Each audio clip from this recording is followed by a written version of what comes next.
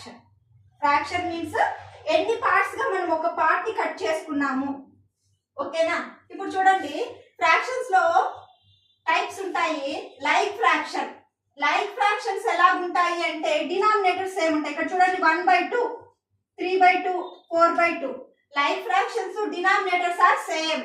Like fractions కి denominators same ఉంటాయి. Unlike fractions కి డినామినేటర్స్ డిఫరెంట్ ఉంటాయి.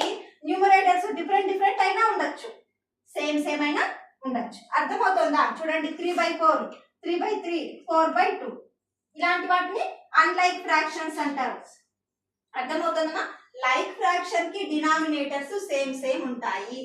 అన్లైక్ ఫ్రాక్షన్స్ కి డిఫరెంట్ డినామినేటర్స్ ఉంటాయి.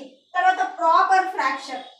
ఫ్రాక్షన్ ప్రాపర్ గా ఉంది అని తెలియజేసేది 1/3, 2/3. అంటే డినామినేటర్ పెద్దదిగా ఉండాలి, న్యూమరేటర్ చిన్నదిగా ఉండాలి. అర్థమవుతుందా? ప్రాపర్ ఫ్రాక్షన్స్ కి న్యూమరేటర్ చిన్నదిగా, డినామినేటర్ పెద్దదిగా ఉంటుంది.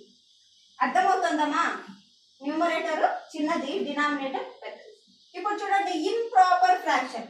ఇంప్రాపర్ ఫ్రాక్షన్స్ కి న్యూమరేటర్ పెద్దదిగా, డినామినేటర్ చిన్నదిగా.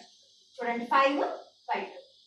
ఇంప్రాపర్ ఫ్రాక్షన్స్ కి న్యూమరేటర్ పెద్దది, డినామినేటర్ చిన్నదిగా ఉంటది వాల్యూ. తర్వాత reciprocal. Reciprocal fraction means suppose మనకు